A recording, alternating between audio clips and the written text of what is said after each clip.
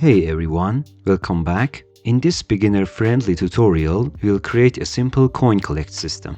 First, we'll animate a coin using a timeline, then set up logic so the character collects it on overlap. Finally, when all coins are collected, a "you win" message will appear on the screen. Alright, let's begin. Let's start by creating a project using third-person character template. Alright, next we need to create a blueprint for the coin. Now let's set up project structure, create a main folder, and then create a blueprints folder inside it. Then right-click and create a new blueprint class. Choose actor and name it BP_coin. Open it up.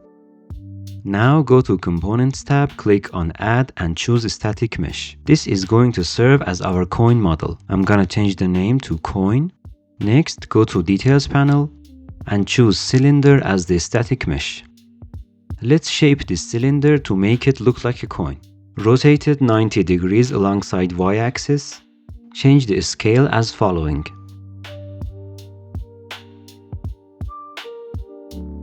Also raise it up by setting the z-axis location to 30. Now I'll make a simple material and assign it to the coin so it looks more like a real coin. Create materials folder inside the main folder. Right-click and create a material and name it M_coin. Open it up. I just want to assign a color to the base color, so by holding down 3 on your keyboard, left-click, which adds a constant 3 vector. You can also right-click and search for constant 3 vector. Connect RGB pin to base color, and I'm gonna change the color to yellow. Very well, that's it for the material. Save it and let's get back to coin blueprint. Now drag the material and drop it in material slot. And there you go. Our coin is looking pretty good for a starter asset. For the next step, let's add some animation to the coin. We want it to rotate and also move up and down. So click on Event Graph tab. I'm gonna select all of these and delete them. Okay, we want the animation to start as soon as the game starts. So search for Begin Play Event. Then right-click and search for Add Timeline. I'm gonna change the name to Bounce Timeline. Double-click on the timeline node, which will open a new window. Let's decrease the length of the timeline to 2 seconds. Then click on Track and add a new float track. I'm gonna change the name to Distance from Ground. This track is going to move the coin up and down. If you look at the coin's Z location, it's at 30. So we're gonna start the track at 30, go up to 60, and again get back to 30. So right-click, add a new key. In time 0, the value is going to be 30. In time 1, value is 60. And in time 2, value is 30. Now select all the keys, right-click and choose Break. This is going to make the animation smoother. Next, we need another track for rotation. When the time is 0, rotation is 0. And when the time is 2, rotation is 360, which makes a full turn. Alright, we are done with the tracks. Let's get back to Event Graph. Connect the execution pin to play. Now, on Timeline Update, we are going to set the rotation and location of the coin. Drag the coin to the graph. Drag from it and search for Set Relative Location. Right-click on New Location and choose Split Struct Pin. This way you can set the axes individually. Now connect Distance from Ground to new Z location. Alright, drag the coin to the graph again and search for Set Relative Rotation. Split the struct pin, then connect rotation to new Z rotation. By double-clicking on the wires, you can organize the connections, which is a best practice and crucial for readability. Very well, now let's drag the coin blueprint to the scene and run the game. Okay, we have some issues. The animation ran once and there is a problem with rotation. If you select the coin in the details panel, there is a 90-degree rotation on y-axis, which we forgot to put. So let's type 90 here. And for looping the timeline, if you open it up, if you click on this icon, looping is going to be activated on this timeline. Okay, let's test it out. There we go. We have a solid coin animation. For the next step, the coin needs to detect the character and start moving toward it. Click on Coin in Components tab and add a sphere collision. When the character overlaps with this sphere, an event is going to be fired. Also change the name to Trigger. Because we made it a child of coin, it's going to have some default values in the transform. Reset all of them using these arrows. Turn on the lock for scale and put 50. Okay, let's get back to event graph. Right click on trigger and from add event menu, choose add on component begin overlap. First, we need to check if the overlapping actor is third-person character. So drag from other actor and search for cast to third-person character blueprint. If the cast is successful, we keep the character reference by promoting it to a variable, because we are going to use it later. I want to print a string to show you when overlapping is happened. This node is going to print overlapped when the overlapping happens. Also, if you run the game, you can't see the sphere. To make it visible, click on Trigger. In the Details panel, search for Hidden in Game. Uncheck it and then run the game. I can see the sphere, and if the character overlaps with it, you can see the overlapped string is printed. Now that the coin has character reference, we should tell it where to go. We're going to move the coin to the character's location, and because the character can also move, we get the location of character on each frame and update the coin's location based on it. To run a logic on each frame, you can use tick event. Now right-click and search for vinterrupt2. This node receives two location input. Target is going to be the character's location, and current is the coin's location. The output of this node tries to reach the current to the target location. So let's connect the character's location to the target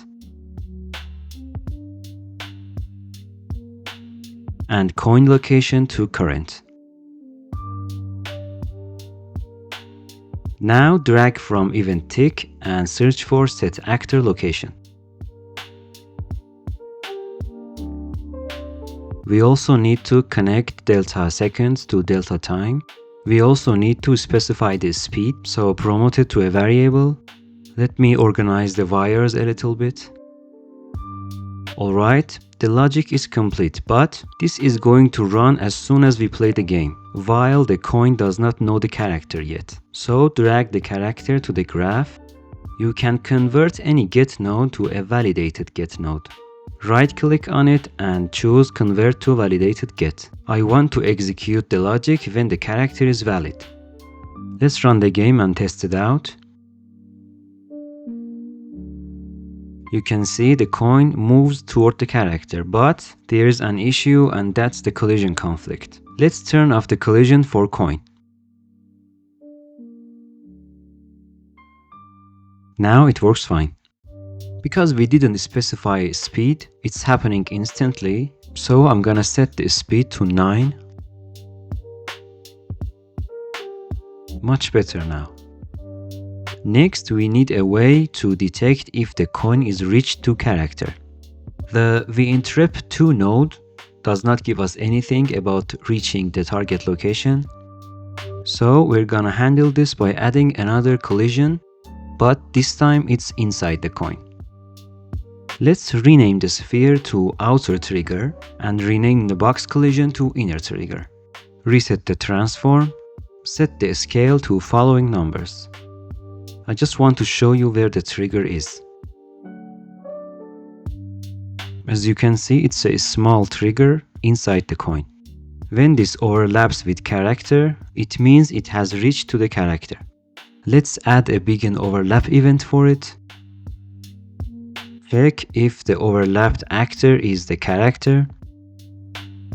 Then we can destroy the coin. I have copied the coin multiple times to show you the result. And just like that.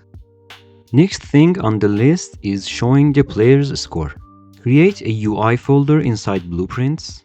Right-click and from User Interface menu, choose Widget Blueprint. We want a user widget. Name it WBP_score.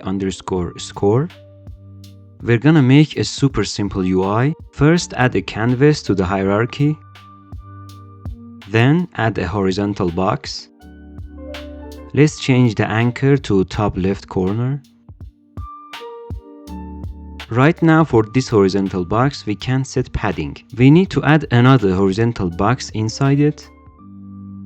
Then set the padding to 10. Also check size to content for the first horizontal box. Alright, add a text block. Change the text to score. And I'm gonna change the color to blue. Add another text block. This is going to show the score, so change the text to 0. We need to be able to set the text of this text block, so let's first change the name to text block score. Also check is variable. Great, this is enough for the UI. Now we need to create the widget and add it to the screen. Let's open up third-person character blueprint. On begin play event, create widget, set the class to WBP score, owning player is player controller, then promote the widget to a variable so we can use it later. I'm gonna name it score widget. Then drag from it and add to viewport. Very well, now if you run the game, you can see the UI that we just created. Let's implement the logic for it. Now we can access the widget using the character's reference. So drag from character and search for score widget. Get the score widget, then get text block score. Now we can set text on text block score. Every time a coin is collected, we add one to the current score. Character's blueprint is a good way to keep the score. So create a variable and name it current score in character blueprint.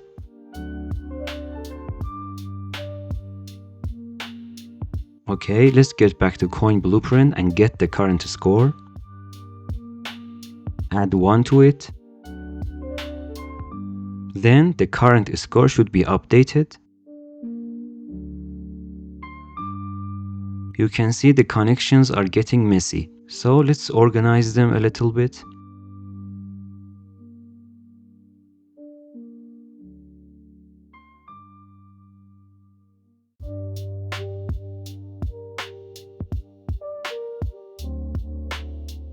Now connect the updated score to text value.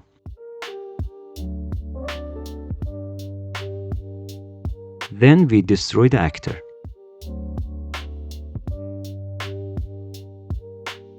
The score system is working very good. Alright, for the last step, we want to say if the character collected all the coins, pop a you win text on the screen. Let's get back to WBP score. Add a text block to the canvas. In order to center an element, change the anchor to center, then reset the X and Y position, and set the alignment to 0.5. Alright, I'm gonna set the font size to 100. Assign an eye-catching color. And change the text to you win. We're gonna show this when player win the game. So change the visibility to hidden. We need to access this text block in order to change the visibility. So let's give it a name and check is variable. Alright, let's get back to coin blueprint. After coin destruction, we're gonna count if all the coins in the scene are destroyed.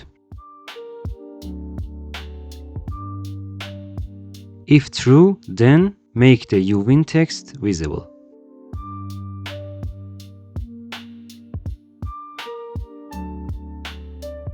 If this tutorial was useful to you, please like the video and subscribe to the channel. Thanks for watching.